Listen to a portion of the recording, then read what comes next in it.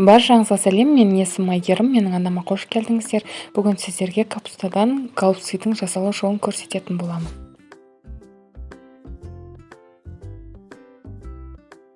Ең алдымен өзімізге қажетті капустаны алып, жуып, тазалап, осылай түптерін алып тастаймыз, қатты жерін.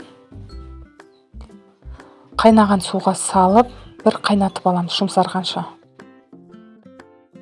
Екі бетін ауыстырып қайнатамыз.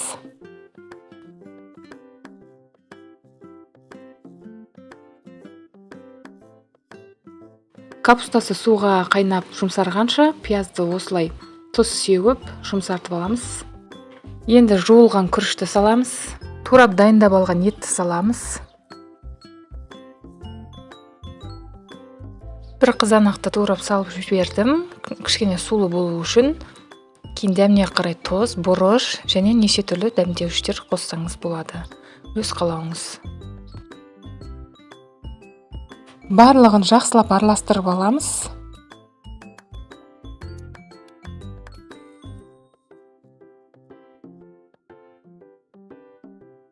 Капустамыз суда қайнап жұмсарды.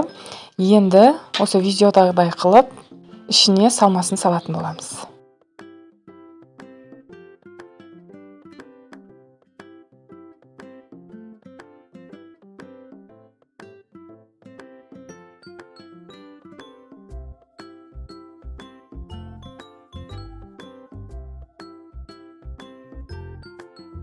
Енді салмасын салып, жинаймыз, қатты жерін кесіп тастаймыз.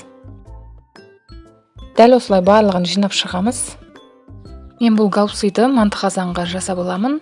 Манты қазанның табасын майлап, осы гаусилардың барлығын салып шығамыз ішіне.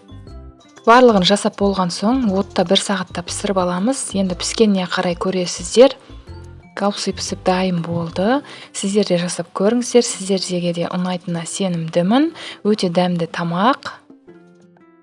Егер де менің арнама тіркелмеген болсаңыз, тіркеліп алуды ұмытпаңыз.